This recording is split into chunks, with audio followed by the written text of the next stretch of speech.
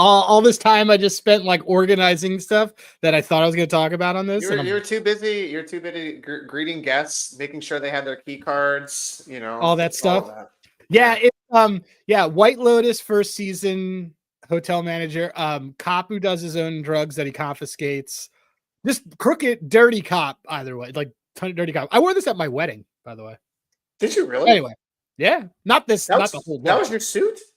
No. Anyway, all right. So it's we are here for Dad's Bet Baseball. I am Adam Rosenberg. For those of you who are viewing this, you will see me in a mustache. Or not in a mustache. I'm not inside of it. I have one because it's the summer. It's nice out. It's 70 degrees. I'm not even wearing pants underneath this desk. And I am with me as always is my partner in crime, CJ Buskey at it says Slip and Jimmy. It says you are at Dad's Bet. Yeah. You're at Dad's Bet, and we are Dad's Bet Baseball. CJ, how are you I doing? think Adam, as the undercover cop, you might have been huffing a little bit too much of what you were trying to confiscate. I had it's like a 21 Jump Street kind of thing, Yeah. I'm good, man. No, I'm excited for this one. Excited to get our first two-time guest, and I think I was thinking about this over the last week. It makes me sad to think that we are really 1/3 of the way through the season at this point, which is crazy. Everybody always complains about how baseball is such a long season, and we are already 1/3 of the way through. It does make me, on the flip side, happy to know that after the next third, we're basically into postseason baseball chase, and we got football season back. So there's always it's not too long a season if you love the sport. Exactly. Yeah. Like that's the thing. I'm like, oh man, it's only been a third.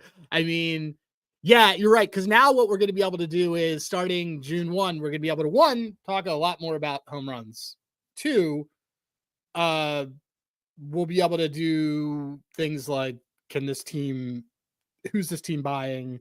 Yeah, I think we'll be talking a lot more about like let's start to play some end game scenarios with some of these teams, because I think you and I have both said on this show, if we haven't, definitely just state it now, that usually I want to wait about 2 months before I make a pretty good determination of who's good and who's not. Like you can have a couple of good weeks, you can have a good month. If you're good for about 2 straight months, that's definitely some serious signal. So with that, I kind of wanted to use the time off the top here to talk a little bit about what do we think, did we get we nailed it, or some of the stuff that we got wrong. And I'm going to bucket them for you into really 3 categories. Okay. The first 2 are going to be AL and NL West, because I think we had the most right and the most wrong in those 2 divisions. The variance. And then we'll go through the smorgasbord of some of the other ones. So maybe I'll just start and say that I think that the one that we got both right and wrong was Marcus Semien. We took under home runs as one of our last bets too. It was one of the last ones we put in. One of our last ones. It was we called it kind of like a floor bet to kind of cover some of the ceiling bets. And I think that number was 23.5 that we played. That was way too high. You go and you look at his ISO from the last couple of seasons, and he's seen decreases in that over the last 3 seasons. The biggest thing for me, like coming into the year that you and I had talked about, was just doesn't hit a ton of balls like hard. He only had a 35% hard hit rate last year. Only had a 6.6% barrel rate. If you're going to be mashing 25 plus dingers, basically for you to go over that prop, to me, like you got to have more than a 6%, 35% split. And so at this point, I think you texted me, are the Rangers potentially going to DFA him? I don't see why they wouldn't. He's now taking up space. I mean, the thing with him, you brought it up, but he was, and I always like to remind everybody that he was part of the Jeff Samardzija trade from forever ago. Like, when was the last time you thought about Jeff Samardzija? So Marcus Semien is part of this thing that we looked at right towards the end. We're like, all right, we've been looking at all these guys that have high BABIPs, and have high ISOs, who are guys that are going to go in the opposite way. And we saw this, we saw Simeon, and he's batting ninth. He's batting 172. I think he's going to get DFA'd because this team is not effing around. They got rid of Leody Tavares, who came up through their entire system and is loved in that locker room, isn't meant to hit. They cut him, which I think was a mistake in retrospect. I do think that was a mistake. And he's also where did he end up? He's not on Seattle. Right? Oh, yeah. That's perfect for him. That's absolutely perfect because Victor, he's basically a poor man's Victor Robles. Yep. So no, I think that was a great move. And then so we got that right. We had talked about this, and we can't really take credit for this take because it's a borrowed take of another person's take. But watching Jorge Polanco do really well as a second year right-handed hitters in Seattle. Eno Sarris talks about this all the time on Rates and Barrels, that he actually heard it from someone else who I can't remember. But the second year in Seattle, right-handed hitters always do better than they did the first year, unless they're Julio Rodriguez. They do not. But which is hilarious. But that is another one. We called that out. We thought that was good. We also picked out a guy who is beloved by fantasy community right now, and that is Jung Ho Lee. We have him at an absurdly low number of 150 hits. I believe he is on pace for 200 hits. He is just I have to go look up his numbers right now. I love it's at least 185. He's just smashing. Let me look here. He has got. I'm just looking at his stats right now. He has 60. Already has. 59 hits through 54 games. So he's on pace for. He'll easily clear the 150 if he plays the full season. So. Yep. So I love the hooligans too. By the way, just a great little shtick there in San Francisco. Quick shout out to Eli. Eli has jumped to a couple shows that I'm on. Shout out, dude. Thanks for coming by. Thanks also to our friend of the pod, Hall of Fame Bets. It's one of the ways that we find out a lot of good stuff on some of the things we're betting, specifically team markets, which we can talk a little more about later. But Hall of Fame Bets, they are at HOF app. They're HOFbets.com, and use the code DADS. You get half off. You get 50% off the first month. You get 7 days free. We love it. It's very, very deep on the analytics. But back to this, Rangers. I'm not ready to wave the flag, but I didn't even look until when I was looking last night. I was like, wow, this team is spiraling out. They, I don't know how their odds are really short for a team that looks as bad as they do within that division. Yeah. So this is what I was going to say to add on to the Semien thing was we were right about Marcus Semien, which also in turn has been a big factor of why we have been wrong about the Rangers so far this year. And we totally whiffed on this team. Not that we thought they were going to be good, but we had the complete opposite cap, which I think most people probably did. Thought the pitching would be. Did you just lose me a second for some reason? I did just lose you. We thought that they would be, and then you cut out, and I wasn't sure. Yeah, no, we thought that they were going to be good, but we thought that this was going to be a powered by offense type of team, and the pitching would just going to just need to be stable in order to kind of hold the fort. Really, just tread water. It's been the total opposite. We talked a lot about Nathan Eovaldi last week. DeGrom's been great. Tyler Mahle has been good. Jack Leiter has been good, definitely better than I think a lot of people have expected. But, when you look at the team right now from just a WRC plus standpoint, only 82 with a 285 WOBA, 137 ISO so far this season. They are swinging at a lot of stuff outside the zone, OPS 643. So, we kind of thought, all right, April is going to be a slow month for them. They'll start to kick it into gear. That's, they made the Tavares move. They sent Jake Berger down. They were trying to send a message. It still really hasn't clicked. Now, they will get Seager back, which will help with that lineup. You'd think that they'd be still due for some more positive regression. But I do think it is telling that when I checked Saturday, their odds to make the playoffs was plus 135, whereas the Twins were minus 155. And I couldn't get myself to be like, I need to add more Rangers liability because we're 2 months in and I still haven't really seen this team hit. And they just lost a series to the White Sox, which to me, like, kind of raised a big red flag. Like, this is a team that's been struggling. You need to start whipping up on some of these bad teams. So I'm still on Rangers Island with you, but I'm certainly starting to try and build my raft. Yeah, they need to do something soon. The other team, if you want to move over to the NL West, another team that kind of feels the same way that we were really high on is that doesn't seem to put it together is the Dbacks. And we did get one thing very, very, very, very, very right. So we're talking about things we got wrong, things we got right. We did not get their team performance so far right.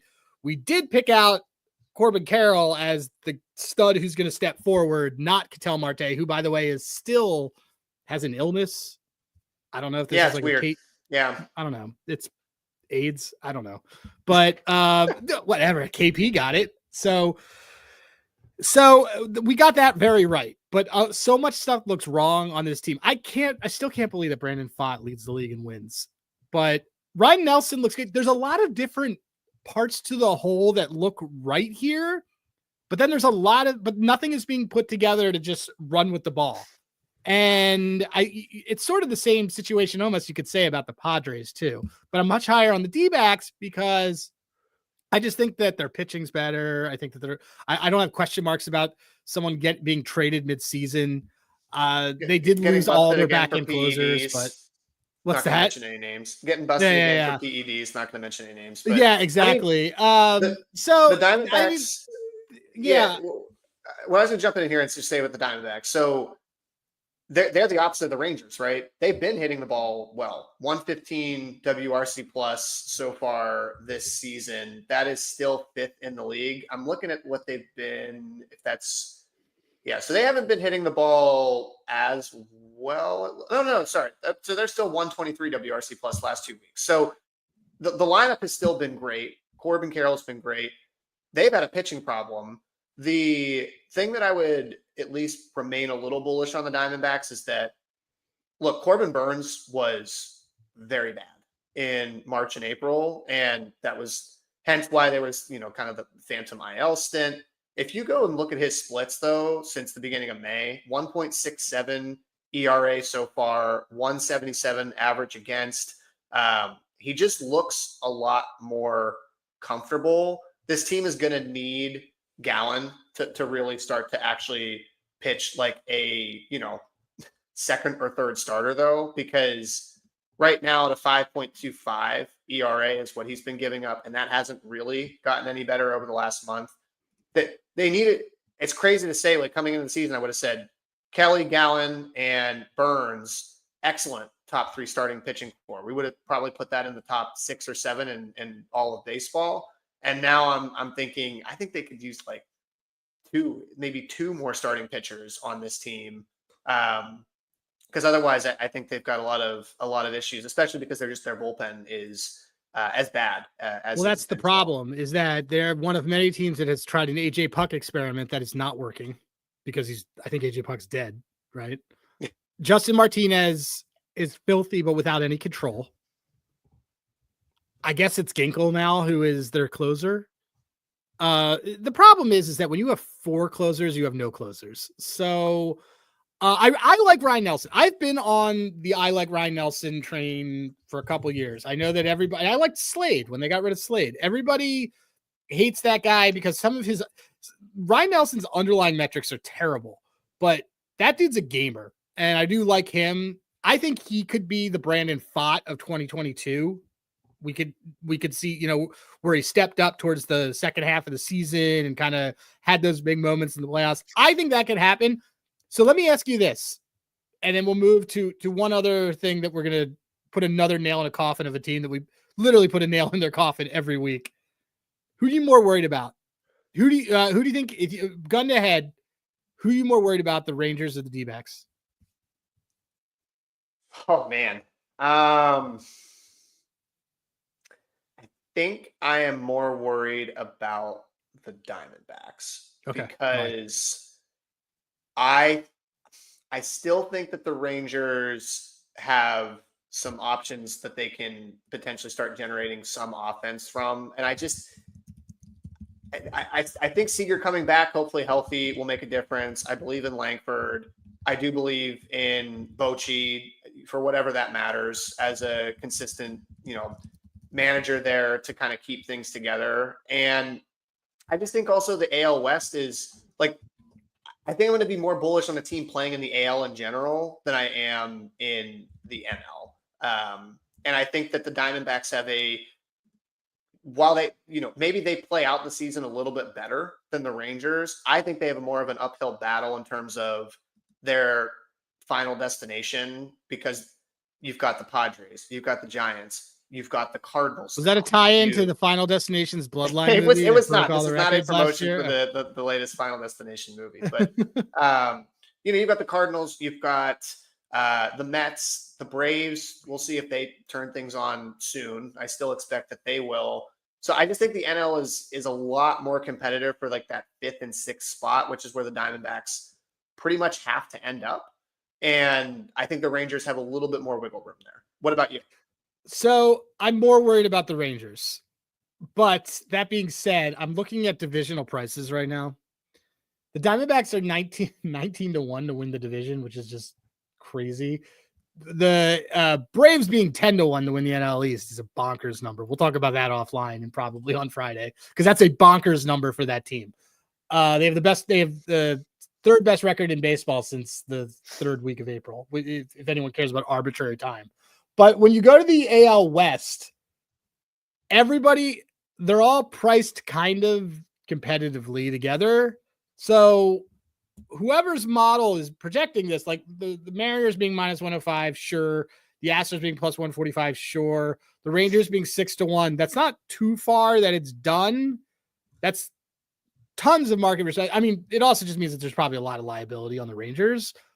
But I think that the division that they're in allows them a lot of more margin for error because I don't think the Mariners are good. And I don't think that the Astros are good. And I don't think that the Rangers are good. And I, by the way, love the Angels tonight, but these teams are I don't think any of these teams there isn't a clear team that's way higher than the others. So the Rangers could end up sneaking in there as an 86 win AL West. Last comment on the Rangers, I will just say, if we're talking about ceiling and if a team can sneak in, I still like the Rangers ceiling more than I like the Diamondbacks ceiling. Yes, because 3-man rotation in the playoffs. Look what you have. Of course, and you've got Eovaldi and DeGrom as your 1-2 for a wild card series. Absolutely, we'll take that over what the Diamondbacks can throw out there. Nope, I agree. Okay, so we're gonna bring Colby in shortly, but first I want to put another nail in a coffin of a team that I've dragged for now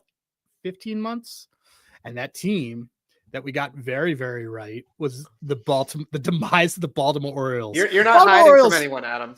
All right. Well, the Baltimore Orioles stink, and I don't want to hear. And any of these people who just said, "Oh, they're going to finish in 2nd place," and they really got it together. This team stinks.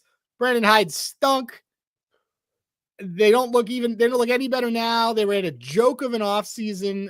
I don't know why Adley was listed as that he was going to have 23 home runs this year. Slammed the under on that. He had 2 in the opening day, and now he's hurt. So God bless the O's, but they are deservedly in the basement. I hope things. I bet you they really wish they had Kyle Stowers or Connor Norby back right now. So we'll see. Yeah, I wish I could find their projections from whenever this was. The win total was 89. Was it 8? So 89.5 was okay. So I'm looking right here at Fangraphs projections, and they are projecting. Before we bring in Colby here, I just curious, what do you think? So there's 108 games left for the Orioles. How many do you think Fangraphs has projected to win? So total of those 108, or total for the total season? Just total of the 108, because they have 108 remaining. So just so I'm understanding. Of those 108, how many do I think what would you make their over-under of 108 remaining games? I would make their over-other win total at 80.5. 79.5. 79.5. They are at right now 19. So you're expecting them. I think that's too high because that would mean you'd expect them to win 60 games rest of way. Okay, then maybe I'm misunderstanding. Oh, they're really bad. No, 75. Give me 75. Okay, so 56. You're pretty close to what Fangraphs has. They're projecting 54 more wins, which would put them to be a 73 win team this season. So they're firmly. I thought that was even a little high. I was like, that might even be like a 71 win team. I think there's guys on that team. The wrong guys are getting playing time and the wrong things. Povich, when they threw him in last year, the guy had never pitched before, and it just everything's handled. Yeah, I don't think there's any reason for them to bring Rodriguez back. I wouldn't now.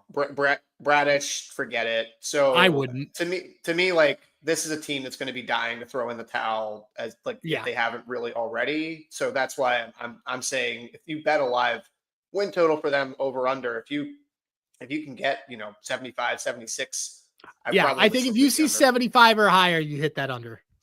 Yeah, that's what I would say. Okay. Cool. All right. And Adley's not going to hit another home run. Let me see. Did we have anything else that we wanted to say we got really? Oh, okay. Real quick. A couple things that we did not get right. We've really, no pun intended, we whiffed bad on Shota. Yeah.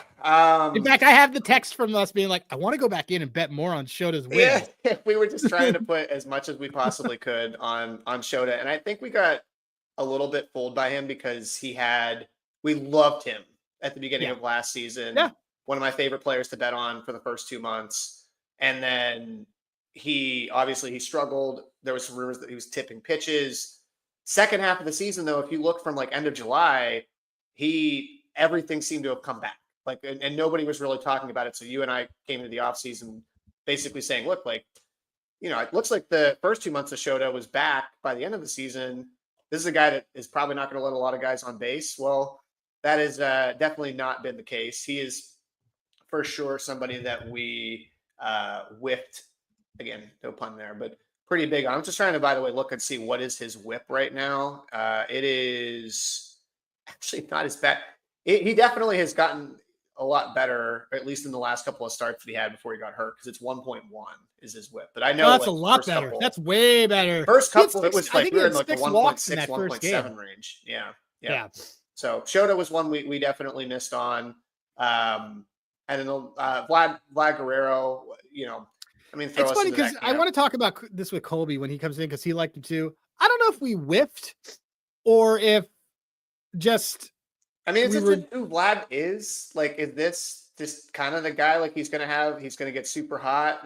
He's maybe a little bit of an amped up version of Julio, that's actually done it a couple more times, because it seems to me like this just might be who he is. And of course, the Blue Jays, the one, massive extension or contract they're going to give out is going to be probably to a guy that should have never got that on the open market. Oh, well, I think he maybe shouldn't have gotten the ceiling, but he's got that. All right. Well, let's bring in, you want to bring Colby? Should we do it? Let's do it. All right. Colby, come in. Hello. What's up, buddy? Colby Marchio. Before we start, just want to let everyone know that watched on Friday, well-known idiot, moron, D+ student at DePaul, 2-time alum. I told you guys, I tell you on VSiN, I'll tell you on anywhere I go, betting news, et cetera, I'm the dumbest man in the room. So there's 3 of us here. Take a guess who's the dumbest one. The one talking. So that's my bad. My bad. I hate being late. The crowd was ready too. They were ready for you too, man. And now we're gonna have to have hot dog talk 5 days after Memorial Day, and no one's gonna care about it. Well, we're getting ready for the 4th of July and Father's Day, so it counts. To be fair, Colby, I'm on the East Coast. I don't know about how it was in Chicago, but it was cold. It was not a good freezing. Grilling weekend whatsoever. So it's supposed to be a little bit better this weekend. It was relatively mild over here. Yeah, everything's always seems to be better in Chicago. Sorry, I'm side-eyeing Shane Smith strikeouts that I'm sweating because the dude's walked 4. Speaking of Chicago guys. So Colby, before we jump into questions that you have now had sitting on your plate for 2 weeks, you also were high on Vlad MVP. Did we all whiff on Vlad, or what's the deal? What's the deal with him right now? Well, I think my problem was I bought into him possibly having a massive chip on his shoulder, not getting the deal done before the season started. A lot of doubt because he felt like he deserves the amount of money he ended up getting. Now I'm a Yankees fan. I have no bias. I very, very gray when it comes to this stuff because that's what you have to be, gray. And I've always thought he's been a little overrated. He's fantastic. Don't get me wrong. He's an incredible talent. He's a top 20 player. But is he that great? He like you referred to Julio. Julio's regarded as one of the best players in the league. We do not think Julio's that great. I think he's kind of mid. His best quality is robbing home runs in deep center. Like that's like cool. That's something built like a linebacker, and I think people are enamored with that. That dude is like a jack. Bring back fat baseball. Bring back fat baseball. We love Prince Fielder. He's like our Prince Fielder. He's very, very underwhelming, and I'm honestly sad because I don't have any ill will towards Blue Jays fans or the Blue Jays in general. I'm not a Bo Bichette guy, but how could you hate Vlad? Because we all loved his dad. You can't hate his son. Right. Nope. But it's sad. It's sad. The season has been. Yeah. Well, it's weird because they've also like kind of hung in there, and imagine what they would be doing because all their batting tendencies are fine. But if I see another metrics list that tells me to bet on Addison Barger, who is, by the way, never going to have more than 10 home runs a year, I'm going to scream. So in defense of that, by the way, he's still on pace for basically what he did in 2022, which was 32 home runs and 97 RBIs. So like that still feels quiet on your baseball team. Yeah, it's because we expect more. It's because we expect more. Yeah, like his RBIs should also be higher because Bo Bichette's quietly killing the ball. Like Bo Bichette's on base. Every time I look at a box score, Bo Bichette got on base twice. Not bad for a guy that doesn't want to be in Canada. So, all right. So with that said, you kind of talked about you as a Yankees fan. So you are the first two-time guest on this pod. I do know that you frequently will bet Aaron Judge to hit 2 home runs. Who is another guy that is out there right now that because of how market dynamics works, and just also because of FUN fun, you love? Who's the best guy to bet 2 home runs in a game? So what's funny, the funny thing is, if you would have told me after I gave out Judge to hit 2 home runs and it cashed, which I never thought would happen, I just had a gut feeling about it, that we would still be talking about it, I'd be calling you a liar. But I've been thinking about this forever because I've been sitting on these questions for 2 weeks. And I would lean Schwarber. I would lean, God, it's so tough because I never get a feel. Like I'm just like, just please get the one. Please get the one, if anything. But I think Schwarber is a good choice. Oh, Jose Ramirez. Jose Ramirez, I feel like. Seager's one for me when he's playing. Yeah. Adolis in 2023, maybe. Yeah. Or 2022. Yeah, whatever. Cal Raleigh for me. That's a good one. About 20 to 1, and he's just such a fun player to bet home runs on in general. Yeah, it's the Judge ones are Judge is funny because it's just every day I open up. Yep, plus 175 for Judge home run. Ooh, or 9 to 1 for 2, and it's just. Well, dude, did you guys look at it when they were in Denver? What the? Like I always tell people, don't think the books know more than you think. It's baseball. They don't care about baseball. Why the literal F was Judge bases plus 180, 170 in Denver when it was in plus 110 in Sacramento when I did hit the plus 2 the home runs? What are you doing? He's in. You give me those odds if he's in the Bronx, if he's in Baltimore, if he's in Florida, anywhere. Why would you give me nearly 2 to 1 when he's in Denver against the worst rotation in baseball? That's why I bet his home run every game that series. I went 2 for 3, and I felt fantastic. I was shocked he didn't get 2 in one game. I was shocked, especially against Meatball Sanzantella. Oh, which was a fun one. Brandon Porta, by the way, commenting on a guy who I do think is a lot of fun to hit 2 home runs. Riley Green. Riley Green is always absurdly he has 2 home run power. And he's priced like he's Rafael Belliard. Well, it's funny. We didn't mention the one guy that has actually led in this category, at least in the last 3 seasons. And I think it's weird because I actually didn't even think of this as someone who to bet on for 2 home runs. Do you want to guess, Colby, who actually leads in multi-home run games since 2023? Can I guess they were in the NL? They are in the NL. Yes. Is it a Dodger? It is not a Dodger. Ooh, then I I don't know. Let me give you one more hint. He played for your baseball team last year.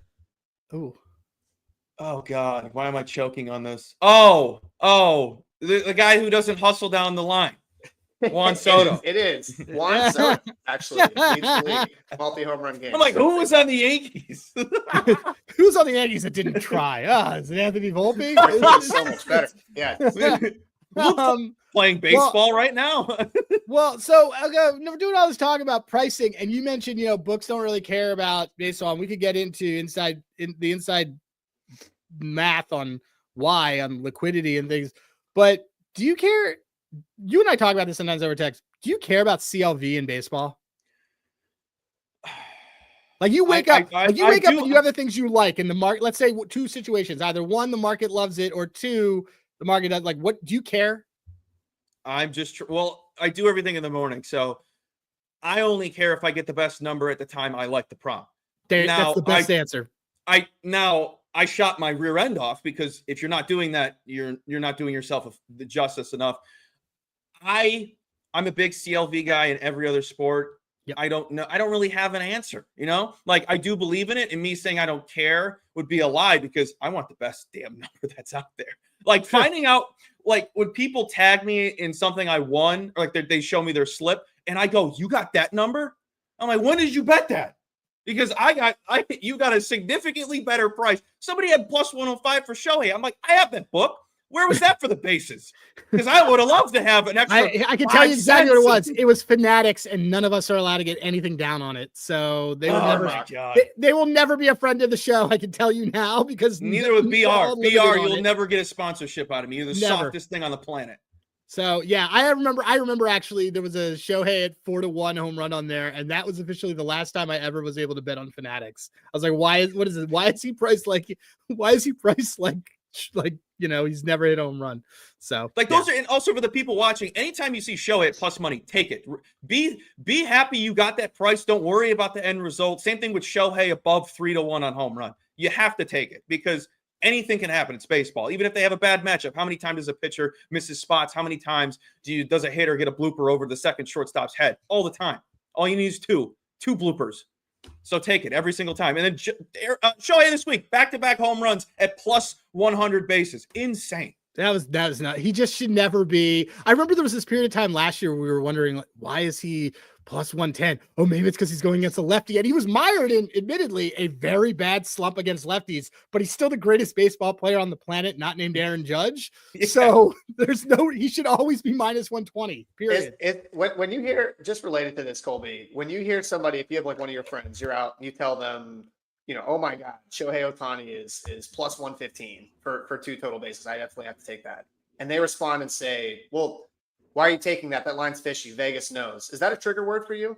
Yes. I'm going to tell you right now. You triggered me just saying that. I almost screamed into the mic.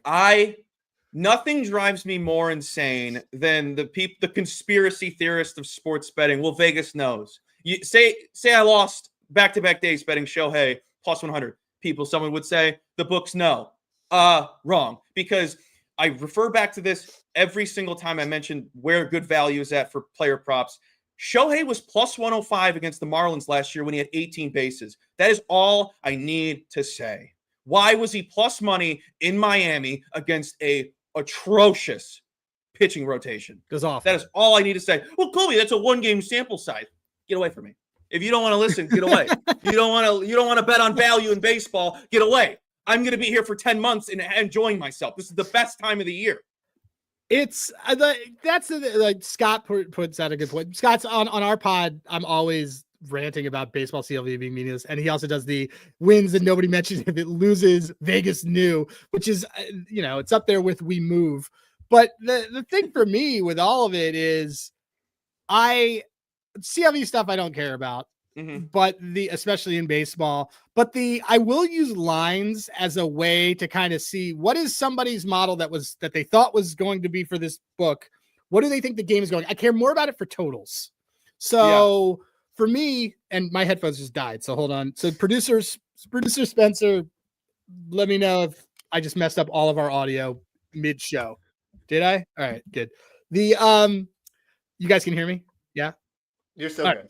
Cool. All right. So the thing that I do notice is that if someone's Ks are low and the total's 9, that's correlated to me. Like that is saying, well, look, they're expecting that this is going to go over. But then I get this weird stuff like the other night where wind wasn't blowing in Chicago and the total is 7.5 for 2 games against the Rockies. So they just don't get it right. Can we just put a bow on this and just say, like, if you're confident in your cap and you're confident in your research, and you get a good price, just bet it. Like, don't worry about the CLV. You know. Now, don't get me wrong. There's times where the price is a lot lower, and I'm like, he's definitely going to go yard today. I thought that about Jose Ramirez today, to be totally honest. I had to bet it. I did too. That's why I bet it. I mean, I bet it. I'm kicking myself for not taking the bases when I love the matchup, and I was like, well, he hasn't not gotten a hit since like the second day of the month. He's so due. And I'm like, whatever, I'll just bet the home run. Sure enough, he doubles, and I'm like, He didn't though. He got tagged over on that, and I had to wait till the next inning for him to get it. So still he got it. He's still kicking myself. It wasn't clean. Well, thank you, Teoscar, for the double though. It's so funny. There's in our comments, if you came back and watched this, there's now like fights going on between people that show up for Scott and my show and Scott, and about how his YouTube handle is that of like an 8-year-old boy of Sports with Scott. All right. Okay. Since CJ, since you were most recently in Chicago, I will let you hand off this question to our esteemed. Well, we love Chicago on this show because you're our fourth straight. We do Chicago every guest. week. Every week we're talking NL Central. We're talking about how much we love the Cubs batters, and we bet a ton of futures on them. Or we just have a Chicago-based guest. So, Colby, what is the correct way to eat a hot dog and to top it? The people that aren't aware of how to eat a hot dog, if you're the age of 1 or able to chew to the age about 8 to 10. You are not allowed to have ketchup on your hot dog. And Colby, you can put whatever you want on it. You don't need sugar. And then, what about relish? It's delicious. Relish is good. Sauerkraut? Honestly, I love sauerkraut. It's not a Chicago thing, so I've had it. I forgot. There's a place called Devil Dogs in Chicago. It's all over the place. I think the demon dog, as in the DePaul Blue Demon dog, is spicy mustard and sauerkraut. So that's awesome. It's such a good hot dog. Now, I really don't care what you put on your hot dog. I do get annoyed when people put ketchup because it's just gross to me. I don't know why. It just feels so kiddish. But mustard, spicy mustard, I always use. I have it out in the kitchen. Actually, let me just get to this. Yeah. I knew we were going to talk about this. I didn't do this on purpose. I forgot while I was eating this morning. My breakfast/lunch today was scrambled eggs and a hot dog and mustard. I'm not even kidding. And I can send you the photo. And the hot dog was the side. The hot dog was the bacon. My girlfriend's like, eggs and hot dog? And I was like, I really wasn't craving bacon. So I went with the hot dog. But I think an underrated topping on a hot dog is barbecue sauce. You get a really good barbecue sauce on a hot dog. It's very underrated. I'm always an onion guy. When I was a child, I used to eat onions like an apple. I love onions. So if you can put an onion on something, I'm 1,000% putting onions on it. I'm trying to think. The Seattle dog's very underrated. Nobody ever talks about it. I spoke about it on the show, The Pickoff, and I was like telling the people on Monday, if you have not tried cream cheese and sauteed onions and peppers on a hot dog, it's good. It's so good. Actually really good. Yeah. You feel like crap afterwards. I don't think I could have more than 2 because I'd feel like a lardo, but it just sits in your stomach all game is the problem. It doesn't move. Yeah. Then people were thinking, they were imagining like a New York bagel with a pound of cream cheese. I'm like, no, it's just a little smear. You don't need a ton. Just let the bun know it's there. Yeah. No, I had that at the All-Star game, but I made the mistake of having it in the second inning, and I was just like, this is going to sit here for the rest of the day. And it was, it was an All-Star game in Seattle, so it was extremely boring. Oh, you were there? Yeah. That was I went game. too. Nice, dude. I went for the game in the home run derby. Dude, the home run derby was great because I realized I walked around the side and I said, nobody's winning this who's right-handed. I just looked, it's so noticeably lower. I'm just like, just pull over on this side.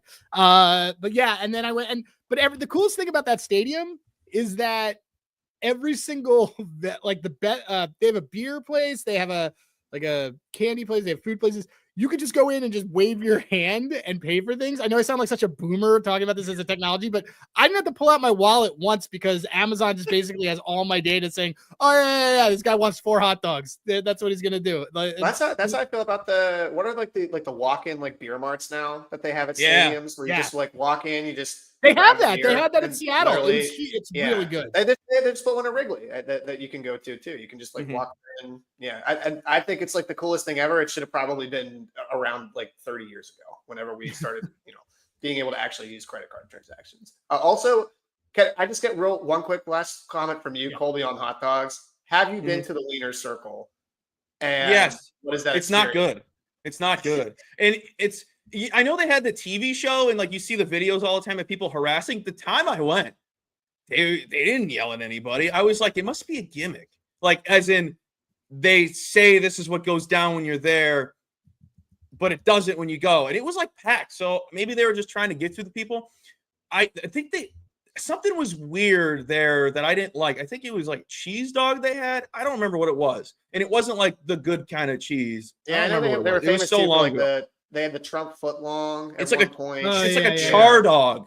And char doesn't mean like chara, it's like cheddar. So I don't know. I was very confused and I was very disappointed in their food.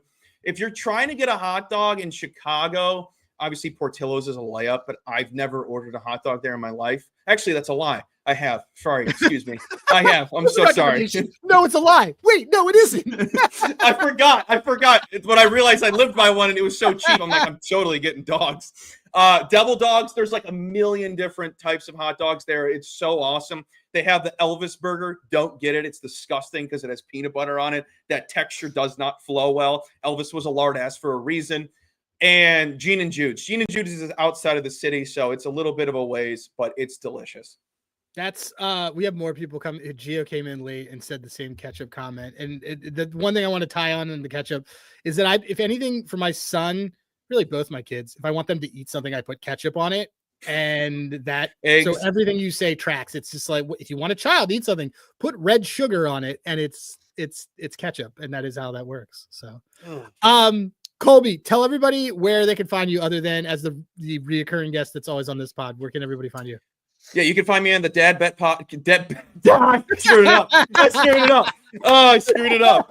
Tongue-tied. Cue up the song, tongue-tied. But you can find all my write-ups for free on Betting News. I go live every single day for the most part during the week, giving out baseball plays for the most part in the summer. I love college basketball. I sucked at college basketball this past season. I will admit that I lost 30-plus units. Who cares? I'm making it back with baseball. But all my write-ups made it back. Yeah. All my write-ups are free. All the bets I give out are for free. Will always be free. It'll always be transparent on Betting News and on my Twitter right below at Colby M Bets. Rock and roll, Colby. First 2-time guest. It's pretty big for us. This is great. Thanks for coming by, Colby. Yes. Of course. See you guys later.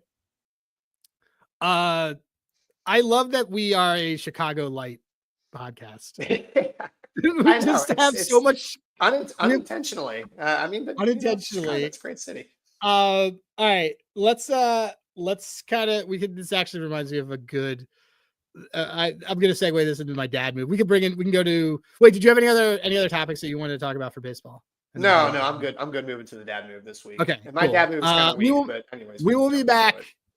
I think we're going to be back on Friday. We will be back on Friday.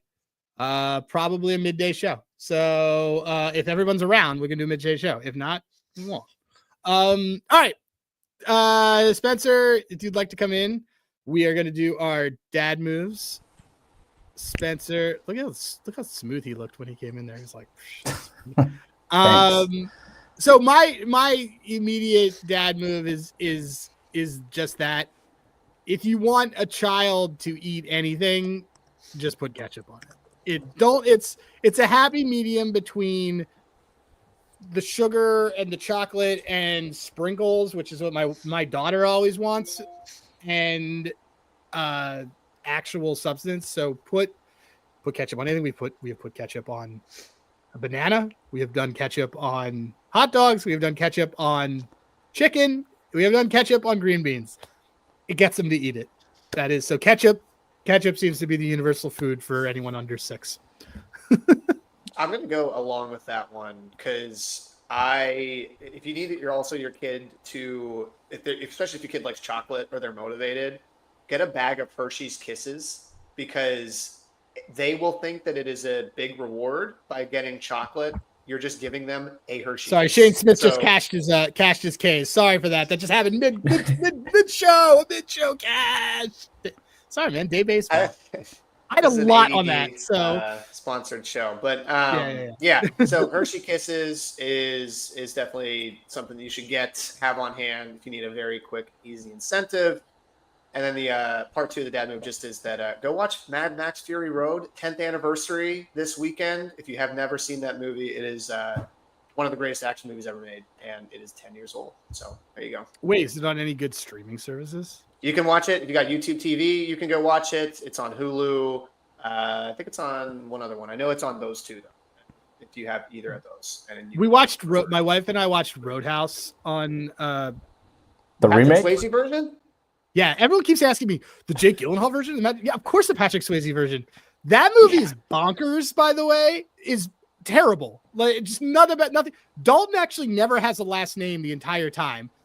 And it's wild. Like, it is just every 80s trope. Super entertaining, though. That's a super bad, but really entertaining movie. He made that movie after Dirty Dancing. It's not as if he made that movie. He's like, oh, I really need some money. Better do a movie about bouncers. No. He did it on his upward climb because he made Ghost the following year. So that movie is right between Dirty Dancing and Ghost, and it's incredible. And I bought it. I now own it for $4.99. It was worth it. That's right in like the Bloodsport category for me, where it's like it's an insane movie, but super rewatchable. Like super it's almost like so insane that it's just become like a comedy, but it's like an action comedy over time. Is what it's become. Rock and roll. Spencer, what do you got? What do you got? All right. It's not dad related, as I am the non-dad of the show, but and I would love for you guys to chip in on this. What is your guys's barometer for like how long you hang out with like a close friend if it's just like you two? Ooh. Like mine's 3 days. Mine's 3 days. Well, wait, you mean like in your house? In your house or just like together, like when it's like just you two, like what's like the and there's no activities with anybody else in that period of time. There's a couple, there might be one or two, but it's pretty, uno. It'd be probably into the third day. I could actually use a good excuse. Like Scott and I did this in Vegas. It was basically after 2 days, I'm like, we both needed space. We weren't in the same room, but we were together at the hip for like 48 hours straight. I just went on that trip to Detroit. I was with all my like best friends, and I was just like, after 2 days, I'm like, no. Like, so 2 days. Yeah, 3 days, you're huffing on feelings. I think 3 is the max for me.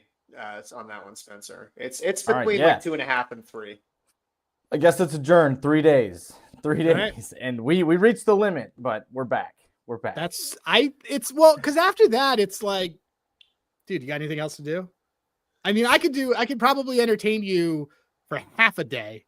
So spending 2 days, it's sort of. Yeah, we had some things in the itinerary that were, hey, we got to make it to this event or this thing, but we just got to fill everything else. Like, what are we doing to kill the 7 hours? I think if they're coming to your house or you're going to like where they live, I think that reduces the max capacity.